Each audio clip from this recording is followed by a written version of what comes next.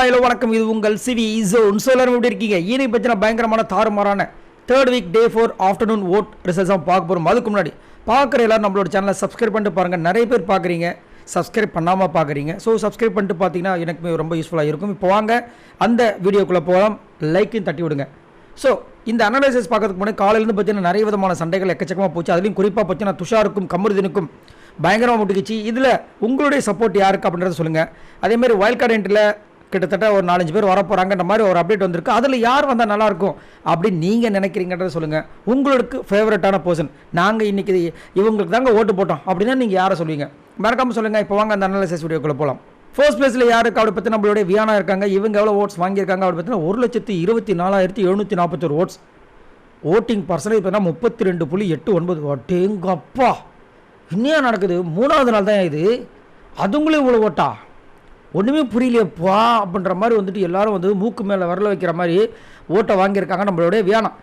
நிறைய பேர் இதனால என்ன சொல்கிறாங்கன்னா, ராணுவுக்கு இருக்கிற அதே பிஆர் தாங்க இந்த பொண்ணுக்கு இருக்குது அப்படின்ற மாதிரி சொல்கிறாங்க. ஒரு சில பேர் ஏங்க அந்த பொண்ணு வந்துட்டு அந்த ஒரு கதை சொன்னாங்க பாருங்கள், சோக கதை, அதனால் எல்லாரும் வந்துட்டு பாவப்பட்டு பரிதாபப்பட்டு அந்த பொண்ணுக்கு போட்டிருக்காங்கன்னு சொல்கிறாங்க. ஒரு சில பேர் வந்து என்ன சொல்கிறாங்க, வியானா ஒரு டீசென்ட் கண்டஸ்டன், அதனால தான் அவங்களுக்கு இவ்வளோ ஓட்டு வருதுன்றாங்க. உங்களுக்கு என்ன தோணுது? வியானாக்கு ஏன் இவ்வளோ ஓட்டு வருது அப்படின்னு நீங்கள் நினைக்கிறீங்கன்றத சொல்லுங்கள். அதேமாதிரி இவங்களுடைய அந்த ஸ்டோரி எப்படி இருந்துச்சு, எப்படிப்பட்ட தாக்கத்தை உங்களுக்கு கொடுத்துச்சு அப்படின்னு சொல்லுங்கள். அதேமாதிரி இவங்க கனிக்கு அங்கே எதிர்க்கிறதுனால தான் இவங்களுக்கு ஓட்டு வருதுன்னு சொல்கிறாங்க. உங்களோட கருத்தை சொல்லுங்கள். 2வது பிளேஸ் பார்த்தீங்கன்னா பிரவீன் இருக்காப்ல. இவர் எவ்வளோ ஓட்ஸ் வாங்கியிருக்கார் அப்படி பார்த்தீங்கன்னா 49,793 ஓட்ஸ் வாங்கியிருக்காரு. ஓட்டிங் பர்சன்டேஜ் பார்த்தீங்கன்னா 13.13. ஸோ பிரவீன் நல்ல ஒரு திறமையான ஒரு போட்டியாளர், அது வந்து மாற்றுக்கட்டு கிடையாது. பட் 2வது பிளேஸ்க்கு ஒர்த்தான ஒரு பர்சனை கட்டிட்டு அவர் 2வது பிளேஸில் வராத அளவுக்கு ஓட்டெல்லாம் வரல. மேலே இருக்கிற வியானாக்கும் இவருக்கும் பார்த்தீங்கன்னா கிட்டத்தட்ட அட்டேங்கப்பா 70,000க்கு மேலே டிஃப்ரென்ஸில் இருக்குது. அதேமாதிரி இவருக்கு அடுத்தபடியாக இருக்கிற சுபிக்ஷாக்கு இவருக்கும் பார்த்தீங்கன்னா வெறும் 5,000 தான் ஓட்டு டிஃப்ரென்ஸில் இருக்குது. சரிங்களா? அது மட்டும் இல்லாமல் பிரவீன் நேற்று திடீர்னு பார்த்தீங்கன்னா வந்துட்டு விஜய் பார்வதிக்கு ஒரு சப்போர்ட் மாதிரி ஒரு சில விஷயங்கள் பண்ணார். ஆனாலும் அவர்கிட்ட நிறைய கேம் எதிர்பார்க்குறாங்க. பட் எஃப்ஜே கூட இன்றைக்கி வந்து ஒரு பீட் அந்த இது பண்ணார், சூப்பராக இருந்துச்சு. அது பார்க்குறதுக்கு ரொம்ப ரசிக்கும்படியாக இருந்துச்சு. பட் இருந்தாலும் இவர்கிட்ட வந்து நிறைய கண்டென்ட் எதிர்பார்க்குறாங்க. இவரும் வந்துட்டு அப்படியே இன்னும் மாஸ்க் போட்டுட்டு தான் விளையாடுறாப்புல. 3வது பிளேஸ் பார்த்தீங்கன்னா சுபிக்ஷா இருக்காங்க. இவங்க எவ்வளோ ஓட்ஸ் வாங்கியிருக்காங்க அப்படி பார்த்தீங்கன்னா 44,876 ஓட்ஸ் வாங்கியிருக்காங்க. ஓட்டிங் பர்சன்டேஜ் பார்த்தீங்கன்னா 11.83. சுபிக்ஷா இன்றைக்கி வந்து சூப்பரான ஒரு ஸ்டோரி சொன்னாங்க. அதில் வந்து நிறைய விஷயங்கள் இன்ஸ்பைரிங்காக இருந்துச்சு. சின்ன வயசில் அவங்க வீட்டு கடன் எல்லாத்தையும் அடைச்சிருக்காங்க. அதை வந்து நம்மளுக்கு என்ட்ரி கொடுக்கும்போதே சொன்னாங்க, 20 லட்சம் ரூபாய் கடனை வந்து அடைச்சிருக்கேன் அப்படின்ட்டு. இது ஒரு பெரிய விஷயம். அதேமாதிரி நிறைய பேர் வந்து சோஷியல் மீடியாவில் வந்து யூடியூப் சேனலில் வந்துட்டு நான் இப்படி வரணும் அப்படி வரணும்னு நினைக்கிற ஒவ்வொரு ஆளுக்கும் இவங்களோட கதை ஒரு இன்ஸ்பைரிங் ஸ்டோரி. ஸோ நீங்கள் நினச்சிங்கன்னா கண்டிப்பாக நடக்கும். இன்னொன்று கொஞ்சம் லக்கு வேணும், அதுதான் நிறைய பேருக்கு இல்லாமல் ரொம்ப கஷ்டப்படுறாங்க. பட் நடக்கும் ஒரு நாள், அதை மட்டும் நீங்கள் மைண்டில் வச்சுக்கோங்க. அதேமாதிரி சுபிக்ஷா ஒரு டேலண்டான ஒரு பர்சன், அது வந்து மாற்றக்கிறதே கிடையாது. நேற்று நைட்டு திடீர்னு விஜய் பார்வதி கிட்ட ஒரு டீல், சரியான ஒரு டீல் போட்டாங்க, சூப்பராக இருந்துச்சு. அதே மாதிரி ஏன்னா அவங்களுக்கு அந்த பவர் இருக்குது. சூப்பர் டிலக்ஸ் ஃபேமிலி வின் பண்ணிட்டாங்கன்னா அவங்களுக்கு ஒரு நாமினேஷன் ஃப்ரீ பாஸ் வந்துடும். அதுக்கப்புறம் பிக் பாஸ் ஃபேமிலியிலேருந்து ஒருத்தரை வந்து காப்பாற்றலாம். அப்படின்னு இருக்கும்போது நான் 2த்தையும் யூஸ் பண்ணுறேன், அதை நான் உனக்கு கொடுக்குறேன், நீ எனக்கு என்ன ஃபேவர் பண்ண போகிறேன்னு செம்மையான ஒரு டீலை போட்டாங்க. ரொம்ப அழகாக இருந்துச்சு. இந்த பொண்ணு பற்றி நீங்கள் என்ன நினைக்கிறீங்கிறத சொல்லுங்கள். 4வது பிளேஸ் பார்த்தீங்கன்னா கலை இருக்காங்க. இவங்க எவ்வளோ ஓட்ஸ் வாங்கியிருக்காங்க அப்படி பார்த்தீங்கன்னா 40,323 ஓட்ஸ் வாங்கியிருக்காங்க. ஓட்டிங் பர்சன்டேஜ் பார்த்தீங்கன்னா 10.63.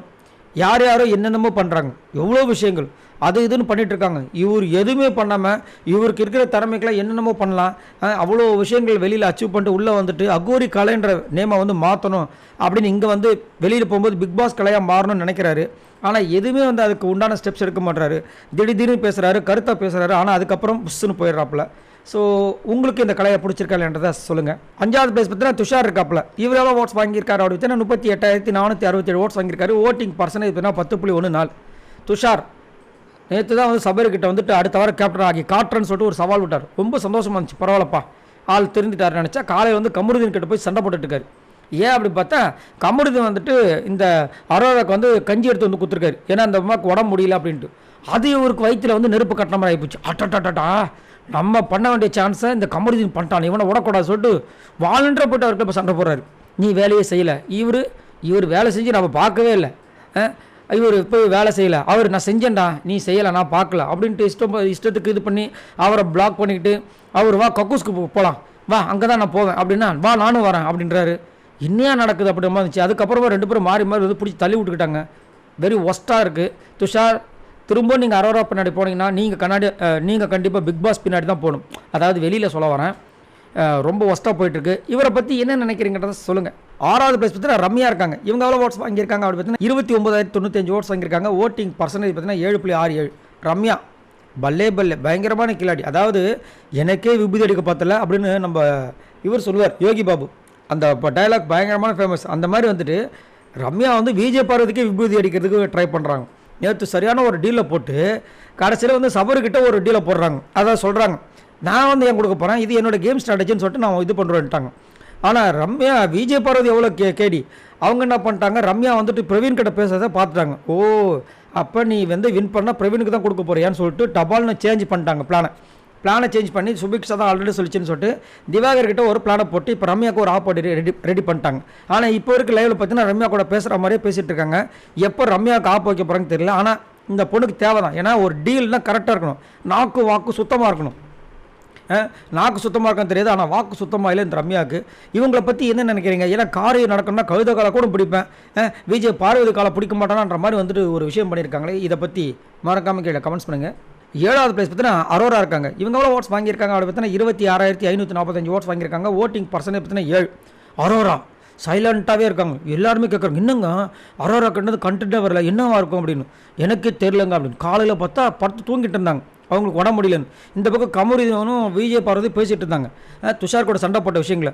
நானும் சரி தூங்கிட்டு இருக்காங்க இப்போ நினச்சா, இந்த கமருதீன் விஜய் பார்வதி வெளியே போனோடனே துஷாரை கூப்பிட்டு எல்லாத்தையும் கக்குறாங்க, வாந்தி எடுக்கிறாங்க. இவங்க என்னென்ன பேசுகிறாங்க தெரியுமா அப்படின்ட்டு. ஆஹா அப்போ நீ தூங்காமல் நடித்தேன். அப்போ உடம்பு நல்லா தான் இருக்குது. இல்லை உடம்பு முடியல. உடம்பு முடியாமல் இருக்கும்போதும் அடுத்தவங்களுக்கு குளிப்பெடுக்கிறதா யோசிப்பீங்க. என்ன ஒரு வில்லத்தனம் அப்படின்ற மாதிரி இருந்துச்சு. அதே மாதிரி அரோராவால் தான் வந்து முக்கால்வாசி இல்லை ஃபுல்லாக துஷார் கெட்டு போனதுக்கு காரணமேனு சொல்லிட்டு நிறைய பேர் வந்துட்டு கருத்து தெரிவிச்சுட்டு இந்த வாரமாவது இந்த அரோரா போவாங்களா அப்படின்னு சொல்லிட்டு கேட்டுட்ருக்காங்க. அது விஜய் சேதுபதி அவர்கள் தான் சொல்லணும். லாஸ்ட்டாக பார்த்தீங்கன்னா நம்மளுடைய ஆதரே இருக்காங்க. இவங்க எவ்வளோ ஓட்ஸ் வாங்கியிருக்காங்க அப்படி பார்த்தீங்கன்னா 25,380 ஓட்ஸ் வாங்கியிருக்காங்க. ஓட்டிங் பர்சன்டேஜ் பார்த்தீங்கன்னா 6.69. ஆதிரை பயங்கரமான ஆள். ஐயோ எப்பா நேற்று ஒரு வேலை பண்ணாங்க பாருங்கள், இப்போ வரைக்கும் என்னால் ஜீர்ணிக்கவே முடியல. நீங்கள் அதை சாப்பிட்டீங்க கட்டுறாதீங்க, அது ஒரு மொக்க ஜோக்கு. என்னென்னா நேற்று அவர் கால் மேலே அவர் காலை போட்டிருக்காரு. யார்? வினோத்.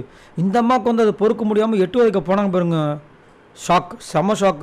ஆனால் நம்மளாம் வந்து நான்லாம் சத்தியமாக உண்மையிலே வந்துட்டு ஆதிரை டாப் 5 இருப்பாங்க, டாப் 2 கூட வருவாங்கன்னு தான் நினச்சேன். என்ன என் புத்தியை இந்த சவுத்துலேயே போய் இடிச்சுக்கணும் அப்படின்ற மாதிரி இருந்துச்சு. ஏன்னா ஒரு நாளும் நம்மளுக்கு பயங்கரமான ஷாக்கை கொடுத்துட்டே இருக்காங்க இந்த ஆதிரை. எஃப்ஜே கிட்டேருந்து விலகாமல் அவங்கக்கிட்ட பேசுகிற விஷயங்கள் ஷாக்கு, அவருக்கு சப்போர்ட் பண்ணி மற்றவங்ககிட்ட தேவையில்லாமல் சண்டை போடுறது ஷாக்கு, நேற்று விஜய் பார்வதி கிட்ட தேவையில்லாமல் சண்டை போடுறது ஷாக்கு, திவாகர் கிட்ட சண்டை போடுறது ஷாக்கு. இப்போது அந்த ஷாக்குக்கெலாம் மேலே ஒரு ஷாக்காக வந்து 8-1 விடாததுக்கு போனாங்க பாருங்க, ரொம்ப பெரிய ஷாக்கு. இது ரொம்ப பெரிய ஃபிசிக்கல் வயலன்ஸு. இதுக்காவது விஜய் சேதுபதி அவர்களே பண்ணுவீங்களா அப்படின்னு கேட்டு எல்லாருமே கொதிச்சு போயிருக்காங்க. ஆனால் சும்மாவே வந்து ஆதரவை வந்து கிண்டுவார். இந்த ஒரு விஷயம் பண்ணியிருக்காங்க, பார்க்கலாம் என்ன நடக்குதுன்னு. சரி, இவங்க எல்லாரும் மொத்தமாக வாங்கின ஓட்ஸ் இது வரைக்கும் பார்த்தீங்கன்னா 3,79,220 ஓட்ஸ் வாங்கியிருக்காங்க. ஸோ இந்த வாரம் கன்ஃபார்மாக வந்துட்டு வைல்ட் கார்டு என்ட்ரி வரை இருக்குன்னு விஜய் சேதுபதி அவர்களே வாயால் சொல்லிட்டாப்ல. ஸோ சனிக்கிழமை பயங்கரமான சம்பவங்கள் நம்மளுக்காக காத்துட்ருக்கு. நீங்கள் உங்களோட கருத்தை சொல்லுங்கள். இந்த வாரம் டபுள் எவிக்ஷன் இருந்தால் எப்படி இருக்கும்? அப்படி இருக்கும். மறக்காம கீழே கமெண்ட்ஸ் பண்ணுங்கள் யார் வந்து வெளியே போகணுன்னு. இந்த வீடியோக்கு மறக்காமல் அந்த லைக்கை தட்டி விடுங்க. மறக்காமல் சப்ஸ்கிரைப் பண்ணுங்கள். பாய் நண்பர்.